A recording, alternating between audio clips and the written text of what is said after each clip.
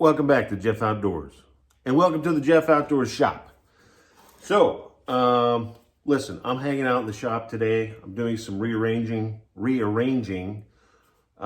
getting ready for maple syrup season. I make maple syrup here on the property every spring. This is going on my 5th year now, I think. And preparations are now beginning. It's January 2023. SAP should be running here at the end of February, early March. Fingers crossed. So I just thought I'd kind of have you hang out in my shop here for a little bit this morning. We'll talk about maple. So, maple syrup. So I did a quick video yesterday, I think it was, about some of the weather concerns that I have right now. It's just one of those things. You don't know what's going to happen with the weather, and the only thing you could do for maple syrup is be prepared. So you can see my stack of buckets here. These are my maple buckets, and my pan is over here. This is my boiling pan. I boil on a 20 by 30 stainless steel, and I have a preheater on top of that sits back, and you'll see it in the upcoming maple videos. You can even go back through a year ago and check maple videos that I have up from then. So you can see the evaporator working and the steam coming off and everything. So just getting the buckets kind of aligned. You'll see this big bin back here. So I get scrap wood from the local Amish wood shop. I am here in Amish country, Ohio. If you're not been to my channel before, I'm in Northern Ohio in the Amish community, and I have resources for free scrap wood, which I use in the evaporator for making maple syrup. So this is the only cost I have in this is the gas I have in the car, in the Jeff Outdoors car, to go down to the mill and get this stuff. So I have a lot of this, and I have more in the barn, which I'm actually bringing up today to put in the bin. So I just built this bin back here, and I built this bin here instead of keeping the wood in the barn, because I'm constantly thinking about workflow, and the evaporator is just here outside of the garage about, I don't know, what is that, 40 feet maybe? And I have wood stacks out here that I use. I actually have like three or four cords of wood out there that I use for maple season too. So I don't just use all the scrap wood. What I do is I use the free stuff first, and I use the stuff that I chopped out back a couple summers ago. I use that last, and some of that I actually bought. Probably a face cord of that is still left from what I bought a few years back, but most of it is stuff that I've hand chopped, and I want to keep that on hand. I have campfires out here in the summer and the winter and everything. If we get a big snow, I go out and sit by the fire. So we're burning the scrap wood first. So lots of projects today going on here. The project, it's just house cleaning really. So that's a little trick if you want to get some free wood. If you have a wood mill near you, you can check and see if they have any scrap stuff that you could just take off their hands. I mean, they have some of these guys have signs up that say free kindling.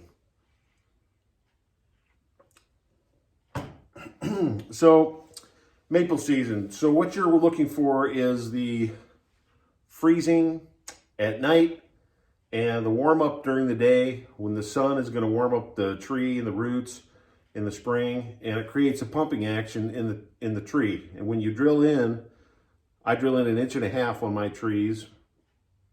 That sap goes up during the day, and you collect some of it as it goes up. But as it's coming down, you can collect some too. Depends on what kind of spile you're using inside the tree. Most of mine has the hole on the bottom, so when the pumping action goes up is when I gather some of that sap. And it can really, really run on some of these trees. When it comes to trees, not all trees are the same. They don't produce all the same. You're going to get different sap amounts out of every tree that you tap. I have a couple at the neighbors up the road here that are absolute gushers. They're producing at least four to 5 gallons a day on me. And I really have to stay on top of those. I've got some out back here in the woods that I tap that are gushers. But then I've got a larger tree that you would think a larger tree would be like this big hulking sap producing tree. Sometimes that's not the case. I do have a very large maple out back here that I do tap. I put about 3 taps in. One side of the tree really doesn't produce a whole lot. It's really spotty on how much sap I get out of that tree. And I really don't understand it.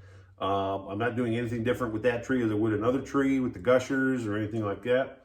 So I don't really know what's going on there. I haven't looked into it or anything. You know, I tap the trees that I have available to me. I'm a very small producer. As you can see, I have 50 taps, 50 buckets, and I put out 50 taps.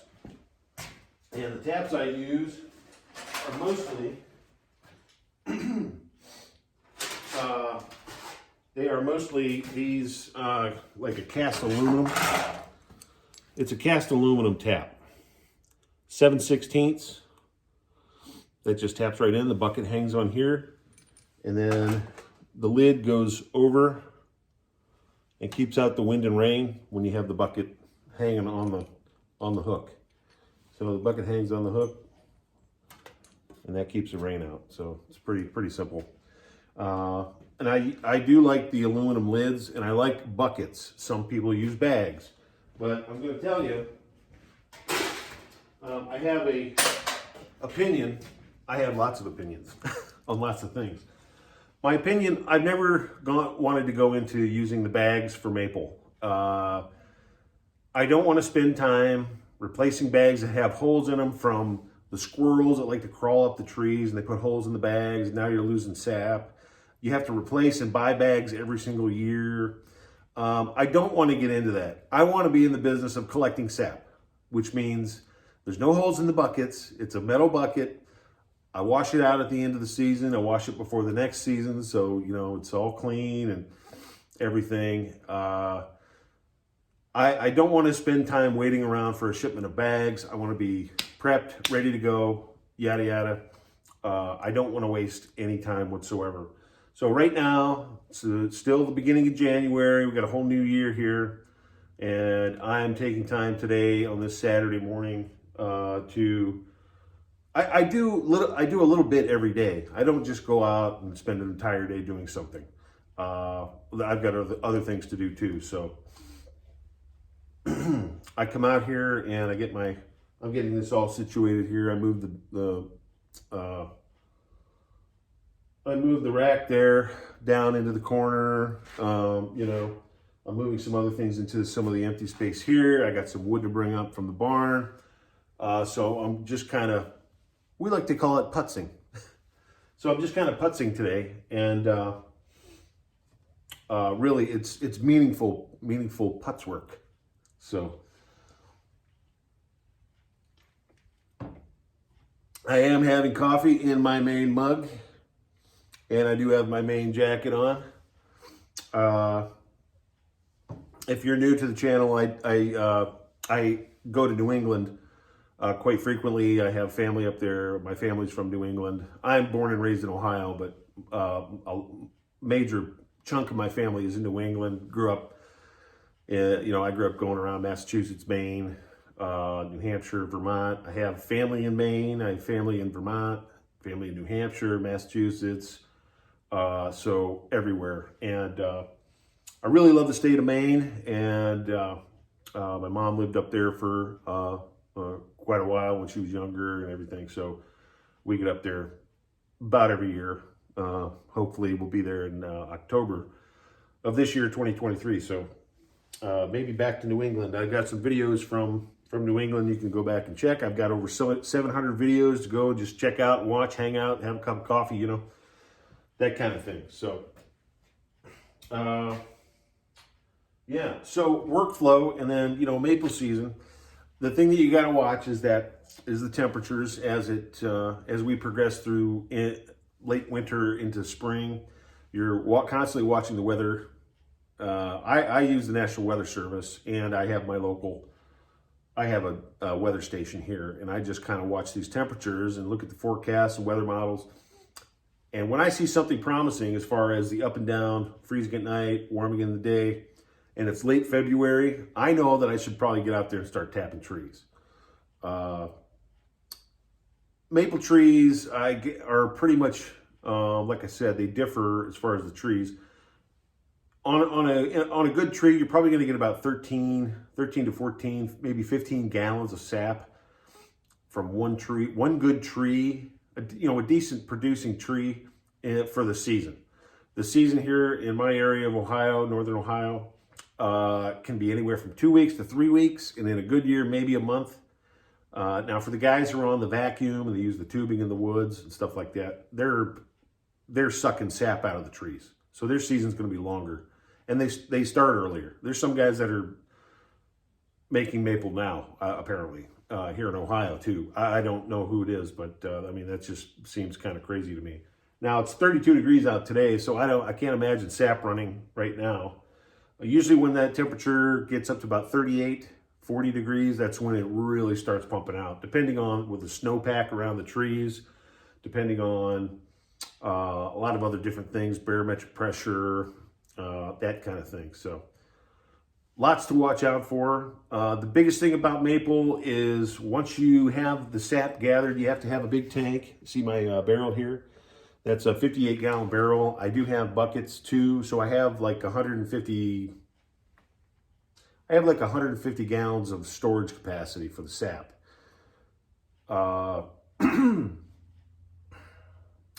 Once you collect that sap, it's kind of best to process it, boil it down as fast as you can, depending on what kind of color you want to get and taste in the syrup. So right now I'm usually in the mindset of I'm just gonna boil it as soon as I can. So this year I do have some time off to concentrate on maple, time off of work, because we all got to work, right? If you're not working for some reason, we need people out there working. That's all I'm gonna say. But anyways, I process it as fast as I can. I get light syrup, medium, amber, and dark robust syrups. Since I'm a small producer, a lot of it goes to my family and friends, to neighbors. I do have some folks that will buy syrup off of me if they're interested. I just say, hey, I'm here, and if you'd like some, just text me and you come pick it up. Nothing, no big deal. So, the boiling process for the pans, pardon me.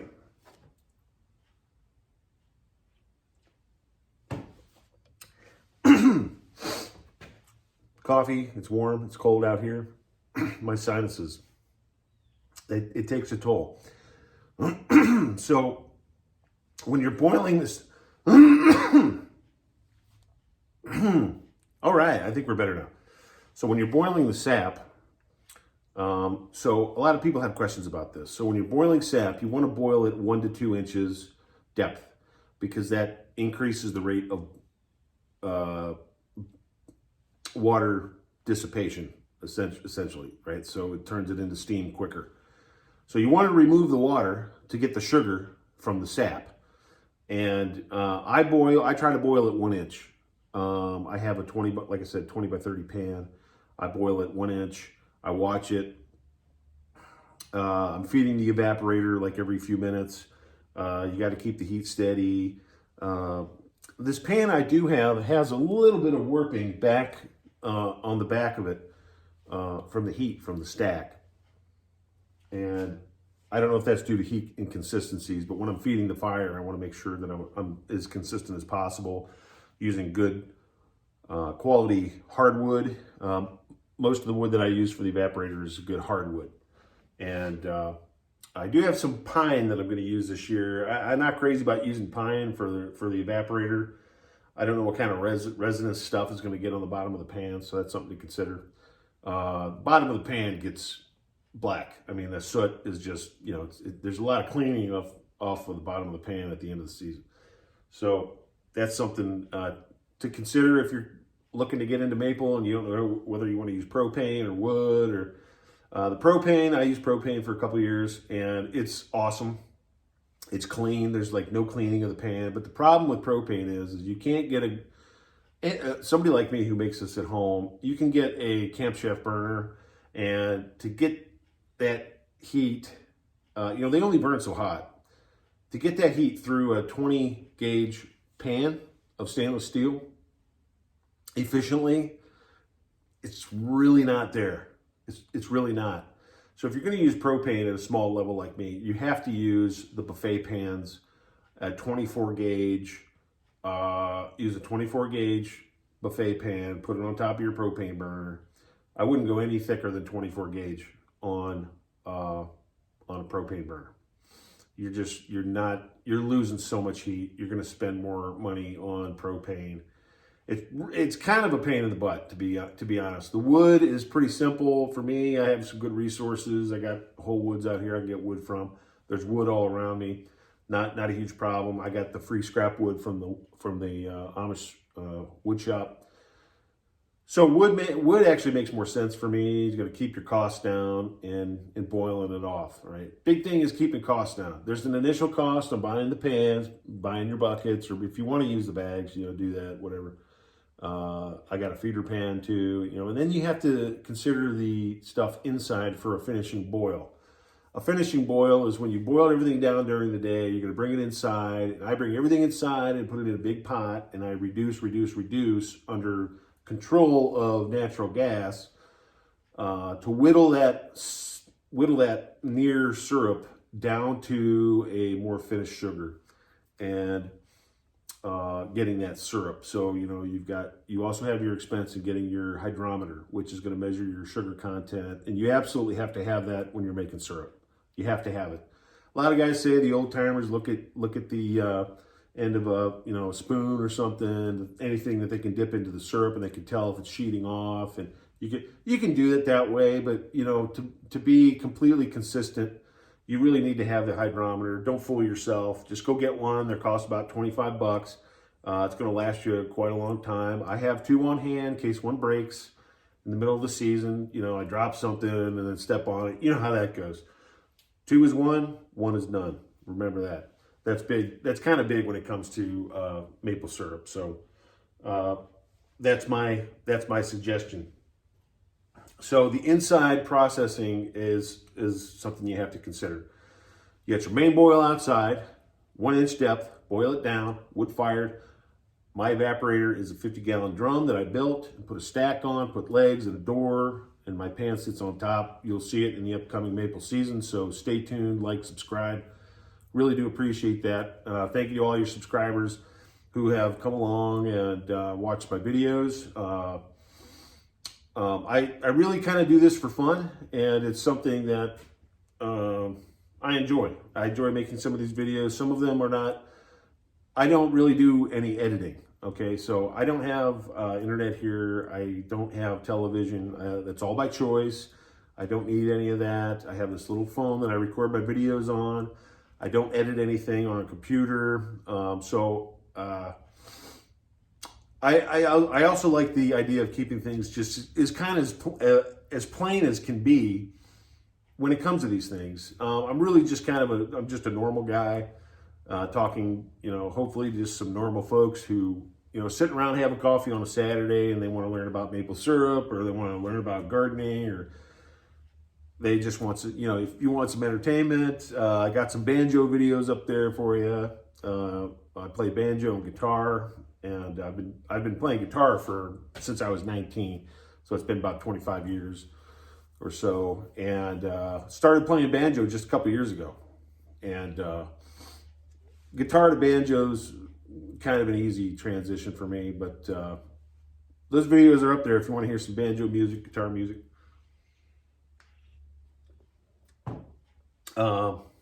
I do have some stories about my music. Maybe I'll post. I also want to talk about, maybe I'll do some videos about travel. I've traveled all over the world: Australia, Ireland, the south of France, Sicily, Italy, England. I've been to London. I have family in London. Been all over the city. I could be a tour guide there. Australia is amazing. Most of my time was spent in Queensland on the coast in a town called Mooloolaba, and been to Sydney, seen the Opera House, all that stuff. So New Zealand, Canada, all over Canada. I've been all over Canada, all over the United States. I've climbed mountains in the Rocky Mountains. I've been, kind of doing that stuff for a number of years now. I wish I had video from my Rocky Mountain climbing days. Hiked up some pretty good mountains. It was a good time. And but kind of all over the place. I have a lot of experience in the world, and like to share some stuff. And I went to school to be a teacher, and I do a lot of reading and researching, and I like to share some of the stuff that I get, especially on some nutrition facts. Of course, maple syrup has a lot more nutrition than just the white sugar. So white sugar, beet sugar has like no nutrients, but maple syrup is sweet, and it has a lot of those minerals that you get right out of the roots of the tree, which is the stuff that you need for your body. So watch the community tab on my channel, and I post some things on there. I'm doing some sprouts in the kitchen right now, which are amazing, and all that kind of stuff. So I'm gonna cut it off here. I got some more stuff to do. I kind of got talking here, but I got some more stuff to move around, and got to make good use of your time. The time that you have is a gift to you. Don't waste it. Do what you need to do to live the fullest life you can. If that means getting rid of the TV and the internet and getting away from Jeff Outdoors on YouTube, then so be it. And maybe we'll see you on the next one. Maybe we won't. Either way, God bless, and have a great day. And thank you for watching, liking, and subscribing.